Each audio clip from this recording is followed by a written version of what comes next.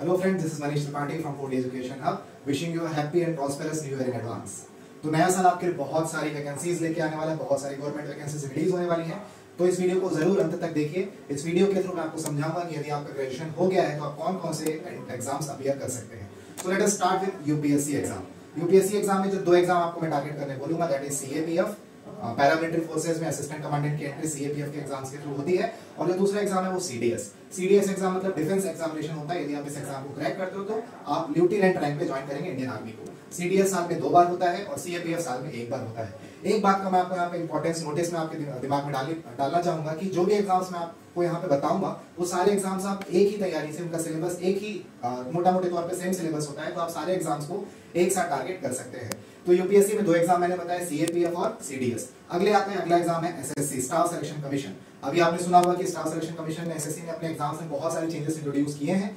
तो देखते हैं कि कौन कौन से एग्जाम एसएससी कंडक्ट करवाता है। तो पहला, the first and the most important exam is CGL, combined graduate level.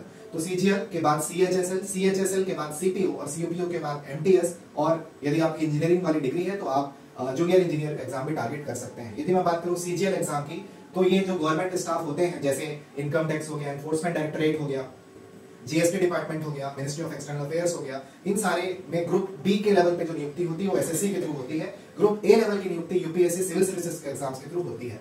अगले एग्जाम में आते हैं, अगला एग्जाम है आईबीपीएस और एसबीआई। आईबीपीएस और एसबीआई साल में बहुत सारे पीओ और क्लरिकल लेवल पे रिक्रूटमेंट करता है।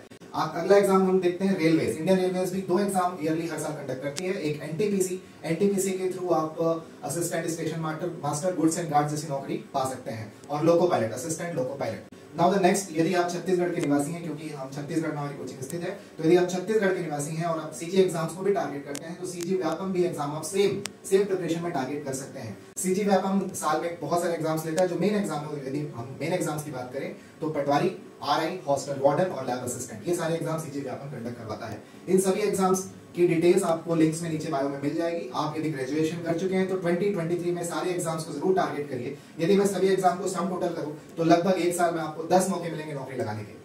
और 9 जनवरी 2023 से 4D एजुकेशन में नया बैच भी लॉन्च हो रहा है। तो आप बायो में अपना जो लिंक नीचे गूगल लिंक दे रखा है, इसमें आप अपनी इंक्वायरीज फिल कर सकते हैं। ऑफलाइन यहाँ पे जो छत्तीसगढ़ वाले बच्चे हैं वो ऑफलाइन क्लास अटेंड कर सकते हैं। 9 जनवरी से शाम को 5:30 बजे नया बैच चालू है। और यदि आप छत्तीसगढ़ के बाहर रहते हैं तो भी निराश होने की जरूरत नहीं है, आप ऑनलाइन बैचेस भी ज्वाइन कर सकते हैं। ये सारी तैयारी एक जितने भी एग्जाम्स मैंने लिए, मैं आपको फिर से बताना चाहूंगा, जो भी एग्जाम्स मैंने यहाँ पे नाम लिए हैं, ये सारे एग्जाम आप एक साथ टारगेट कर सकते हैं। इनका सिलेबस देखा जाए तो मोटा मोटी तौर पे सेम होता है।